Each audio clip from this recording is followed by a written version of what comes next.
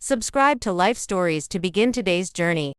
Sometimes, the past lingers like an unfinished sentence, waiting for the right moment to be completed. What happens when a long-lost father and his child finally meet after years of silence? Is forgiveness possible, or are some wounds too deep to heal? Today's story is about love, regret, and the fragile hope of reconciliation. Join us as we explore the power of understanding and the courage it takes to face the past. Subscribe to Life Stories to begin today's journey. The ocean stretched endlessly before us, the waves rolling in with a soothing rhythm. Their gentle crashes against the shore filling the air with a peaceful melody. The Florida sun bathed everything in gold, and for the first time in what felt like forever, I could breathe. Emily and I had finally escaped the whirlwind of wedding planning, family expectations, and the unrelenting presence of my mother, Linda. This was our honeymoon time for just the two of us. Or at least, that was the plan. It started with a phone call, then another and another. I should have expected it. Linda had never been the type to respect boundaries, especially when it came to me. My entire life, she had clung to me like ivy, wrapping herself so tightly around my existence that I had never learned how to grow on my own.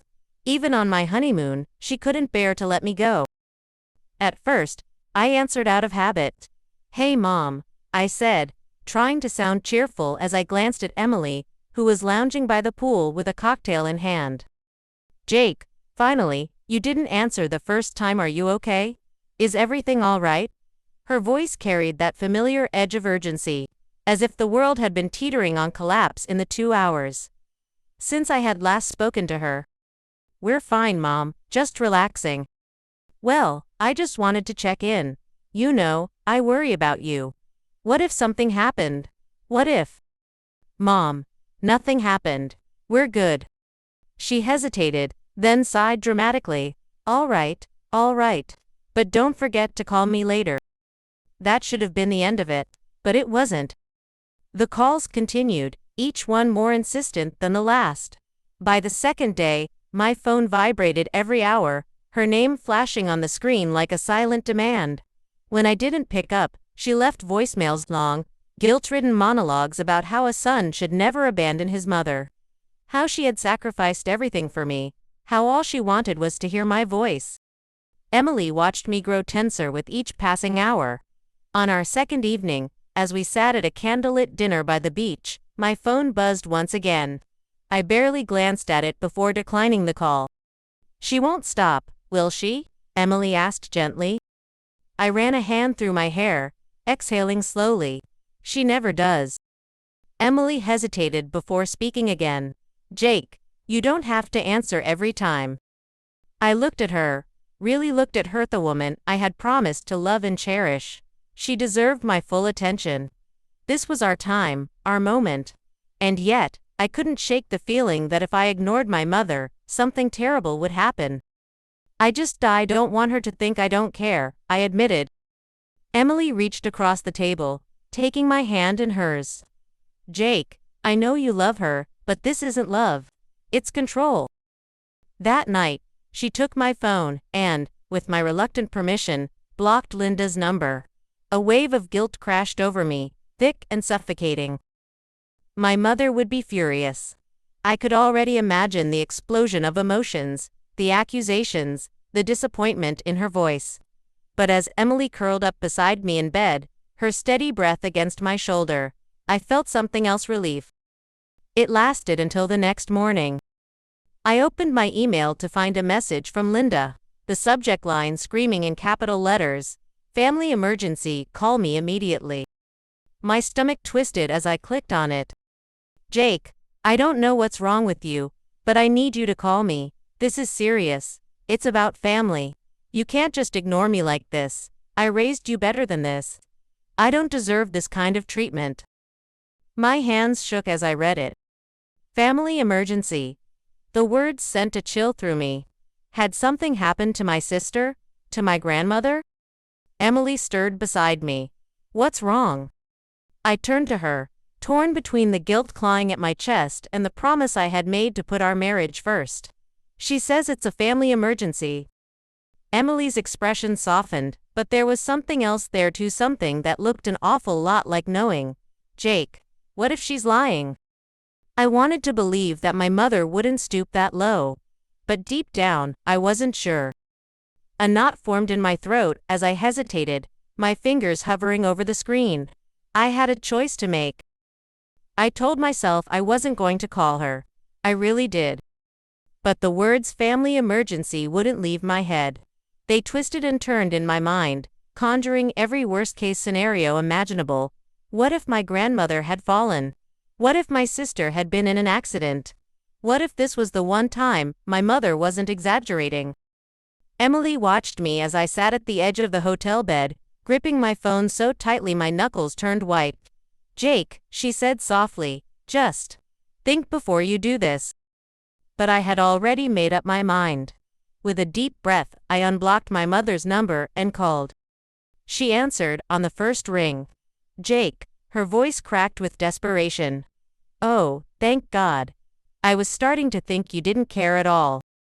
Guilt pressed against my chest. Mom, what happened? Is everyone okay? A pause, just long enough to make me doubt. Then, in a voice that was carefully measured to careful, she said, It's your father. I stiffened. Dad. He called me. Out of the blue. She let out a shaky breath. I didn't know what to do. He said he wants to see you. Silence. A deep, endless silence that stretched between us, even though I could hear the distant hum of the ocean outside. My father. A man I hadn't spoken to in nearly 20 years. A man who had walked out when I was 6, leaving my mother to raise me alone. The man who had become nothing more than a ghost in our lives. A bitter story my mother told whenever she wanted to remind me that she was the only one who had ever been there for me. He wants to see me, I repeated, my voice hollow. Yes, she said quickly, but I told him no. I told him he had no right to just waltz back into your life after all these years. Her voice trembled, heavy with emotion. But I thought you should know. I thought, well, I didn't want to keep this from you. Because I love you, Jake. I swallowed hard. Did he say why? He said he had something important to tell you, she admitted. But I told him you wouldn't want to hear it. That you have a life now, a wife, that you've moved on. My heart pounded in my chest. My father. After all these years, why now? And why did my mother sound almost nervous? Emily was watching me, her brow furrowed in concern. I knew she couldn't hear my mother's words, but she didn't need to. She could see the conflict written all over my face. Jake, my mother continued, her voice dropping to a whisper, I didn't want to tell you at first. I was afraid it would ruin your honeymoon. But I couldn't keep it from you. I just don't want him to hurt you again. The thing was, I didn't remember my father well enough to know if he could hurt me. He had been a shadow, a figure that had faded away before I could even grasp what it meant to have a father. And yet, a part of me, some small, wounded part, wanted to know. Where is he? I asked. My mother hesitated. He said he's in Orlando. He asked if you could meet him before he left. Orlando, just a couple of hours away. Emily's hand found mine. Jake, she said softly, this feels like a trap. I looked at her, torn between reason and the pull of the past. And then, against my better judgment, I said, I need to see him. The drive to Orlando was quiet, filled with the kind of silence that weighs heavy in the air. Emily sat beside me, her fingers tapping absently against her knee. A nervous habit I had come to recognize. She didn't want me to go. She had made that clear before we left the hotel. You don't owe him anything, Jake, she had said. He was never there for you. Why does he get to just show up now and ask for your time? I didn't have an answer for her. I just knew I couldn't ignore it. The moment my mother mentioned my father, something shifted inside me, like a locked door creaking open after years of being shut. What did he want? Was he dying? Did he regret leaving? I had spent most of my life not thinking about him, convincing myself that his absence meant nothing. But now, with the possibility of facing him again, I realized the truth: his absence had shaped me more than I ever admitted. I tightened my grip on the steering wheel, my stomach twisting. Do you even know where you're meeting him? Emily asked, breaking the silence. I nodded. A diner just off the highway. My mother gave me the address. She sighed. Of course she did. Emily didn't trust my mother. She never had. From the moment they met, she saw through the theatrics, the manipulation disguised as concern. I used to defend my mother, but over the years, I started to see what Emily saw. My mother never let go of the past. She used it like a weapon, a way to keep me tied to her. But this wasn't about her. This was about me and my father. We pulled into the diner's parking lot just before sunset.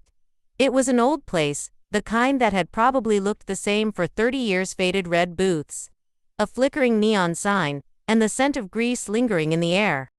Emily grabbed my hand before I could get out of the car. Last chance to change your mind, she said gently. I shook my head. I have to do this. She studied my face for a moment, then nodded. Okay, but I'm coming with you. We stepped inside, and my eyes scanned the room. At first, I didn't see him. Just a handful of customers, an exhausted-looking waitress refilling coffee cups, and an old jukebox playing a song I didn't recognize. Then, in the back corner, I saw him. He looked older than I expected, his hair graying at the edges, his posture slightly hunched, but his eyes, those deep-set, tired eyes, were the same. For a moment, he just stared at me. And I stared back, caught in the surreal moment of coming face to face with a ghost from my past. Then, slowly, he stood. And my heart pounded as I walked toward the man who had once been my father. For a long moment, neither of us spoke. The weight of years of absence, of questions left unanswered, hung between us like an invisible wall. My father looked down at his hands, then back at me, his mouth opening as if to say something, but no words came. I sat across from him, my fingers tightening around the edge of the table. I had imagined this moment 100 different ways, rehearsed speeches in my mind filled with anger, accusations, and maybe even closure. But now that I was here, all I felt was exhaustion. I wasn't sure you'd come, he finally said, his voice rough, uncertain. I wasn't sure either, I admitted. He nodded as if he understood. Silence stretched between us again, but this time, it felt different, less like a void and more like a space waiting to be filled. I made mistakes, he said, his gaze never leaving mine. Leaving. It wasn't just about me. I thought I was doing the right thing. But I see how much I hurt you. I wanted to tell him it didn't matter. That I had moved on. But the truth was, it did matter. His absence had shaped me, had left scars in places I never acknowledged, and now, sitting here, I had a choice. To hold on to that pain, or to let it go. I took a slow breath. I don't know if I can forgive you, I said honestly. He gave a small, sad smile. I don't expect you to, but I'd like to try, if you'll let me. I looked at him, the man who had been a shadow in my life for so long.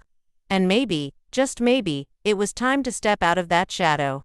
Okay, I said, let's start with today. Subscribe to Life Stories for more heartfelt narratives.